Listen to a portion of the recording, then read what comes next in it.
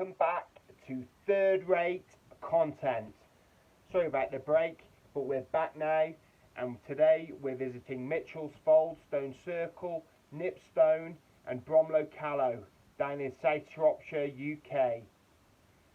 And if you enjoy what you see, don't forget to leave a like, subscribe, by all means do share and leave a comment if you're not enjoying it, and tell me what you want to see. Third rate content. See you out in the field.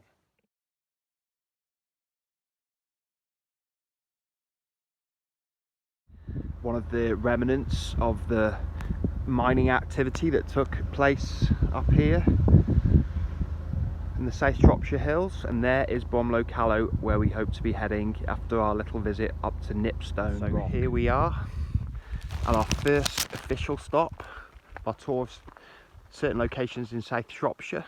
Here we are at Nipstone Rock. It's very close to the Devil's Chair and the Stiper Stones, but not as well known. So I thought we'd have a walk up here today. Bit of a country walk. Have a look for the emperor butterfly, which is meant to frequent these parts.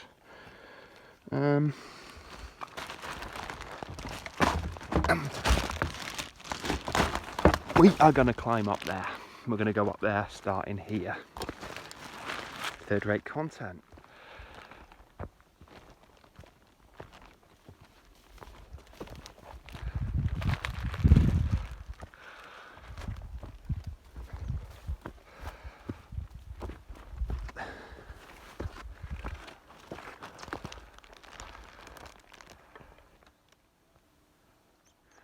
Just off in the distance there is the Devil's Chair.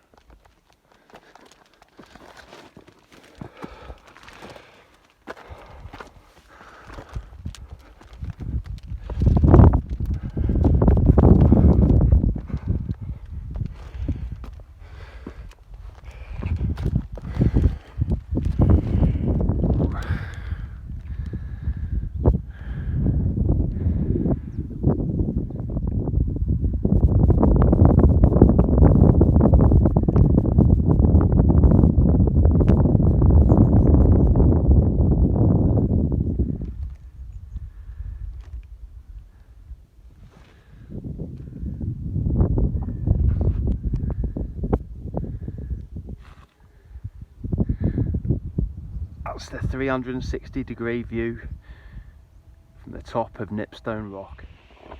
So here we are, stop 2 on today's tour.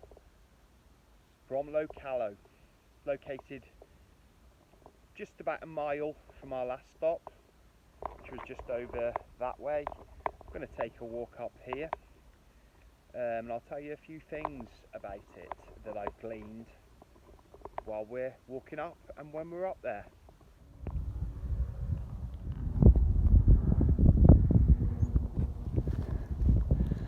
So we're at the top, we're actually at the Callow now, and what a view.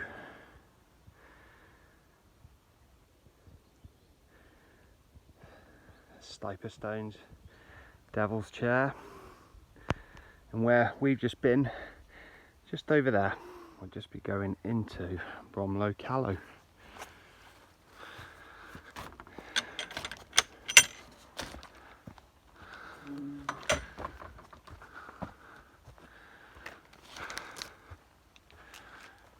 Very nice. There is a eerie quality to this place, but it's not spooky, it's just got a sort of particular vibe,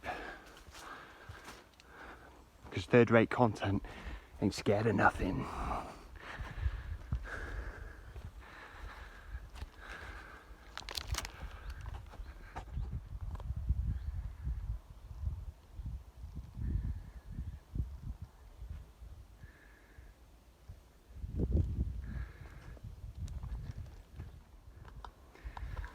I thought this was a bivouac.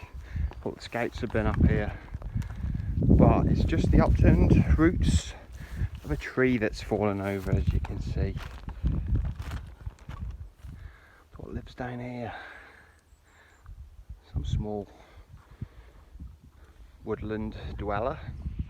So, what is known about Bromlow callow, the location we're at, is it's a small multivert hill fort, one of a group of similar, broadly contemporary hill forts constructed along and overlooking the Rebrook Valley, which runs through Shropshire.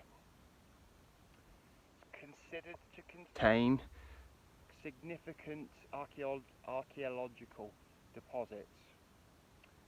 There is no evidence for this at the moment, but it is felt by many experts, and also on this site there was supposed to be a small medieval castle, although there's no sign of it now, and without an archaeological dig nobody really knows for sure, but it's just suspected. Third-rate content, third-rate research is back. And another story, not confirmed, but reported in the research I've made about this place, is that this clump of trees on the top of this small hill was left here after World War I because the local landowner was going to chop all the trees down and send them off for the World War I war effort, for the trenches, for the struts to support the mining efforts, mining under the enemy trenches. But unfortunately his son perished in World War I, and he asked if he could leave the trees as a reminder to his son who bravely died serving his country in World War I. It's a nice story, well, not a nice story, but it's one of those local folklore stories, not confirmed, but I have read that. Third-rate research.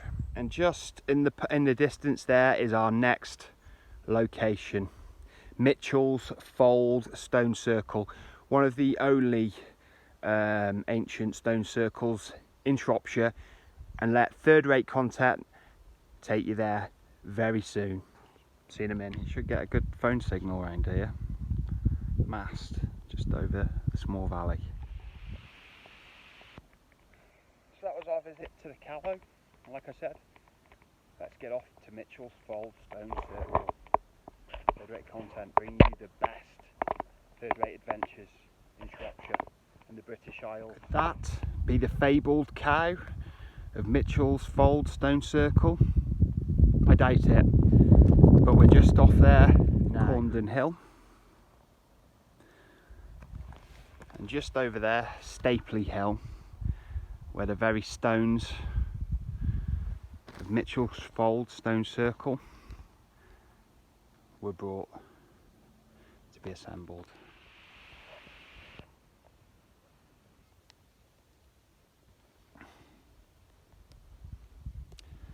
So that is the Mitchell's Fold Stone Circle. Reasonably small.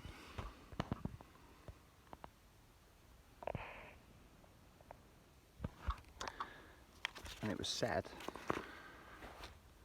that King Arthur withdrew Excalibur from one of these very stones and became King of the Britons. I'm sure a lot of places have got a story like that, but it could be true. It's possible. Third-rate green could it be? I don't see any sword size holes here on the King Arthur legend, but very interesting. But what is thought is that this stone circle is 3,000 years old. Obviously it's a guess. They don't know that for sure. It did consist of 30 stones, this stone circle, but only 15 remain. But it's thought that the 15 that went missing or disappeared a long time ago, because the famous antiquarian William Stockley drew this back in the 1700s, and there was only 15 stones when he made the sketch of it. when he was cataloguing the Neolithic and Bronze Age sites of Britain.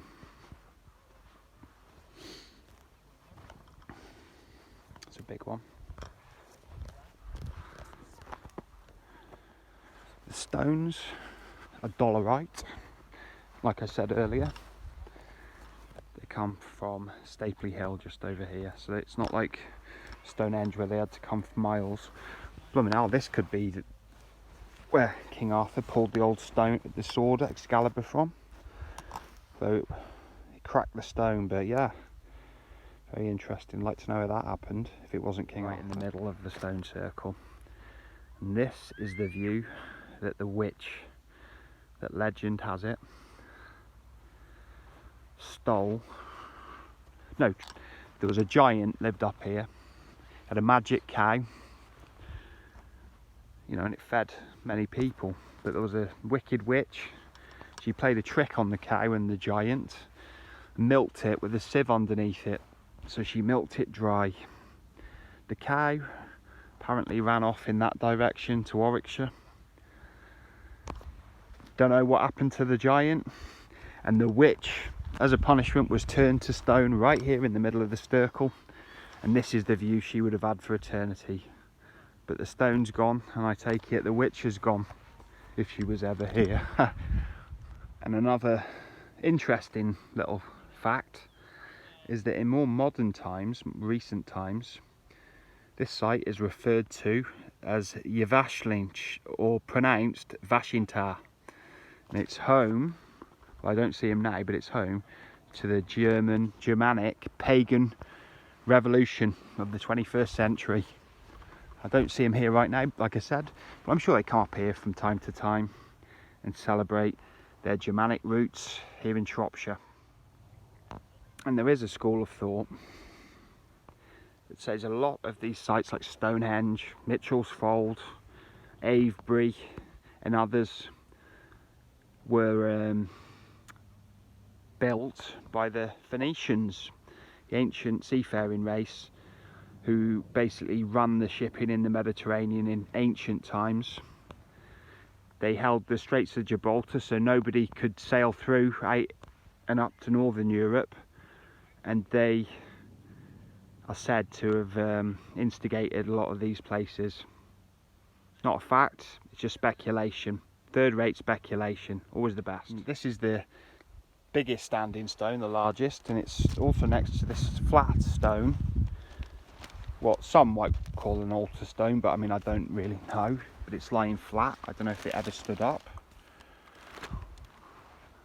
Next to the stone that we're going to call King Arthur's stone, because it looks like the most likely the one that got a sword drawn out of it. And it's got this interesting recess, sort of, I won't say drilled, but it's definitely a hole. I don't know who made it. Might have been King Arthur. But all I can say is Mitchell's Fold rocks. Lol. Third-rate jokes, third-rate research, third-rate content. Just making our way around the perimeter of the stone circle, just to get the full picture. But it's another thing that has been pointed out about Mitchell's Fold once aerial photography came in, is that there's medieval furrows running up to and through the stone circle. And it's quite confusing because it would sort of suggest that this stone circle was built after the medieval time, but that is not believed to be true. It's actually that the medieval farmers just wanted to farm as much as they could, so they farmed right through here. Didn't knock any of the stones over, or didn't.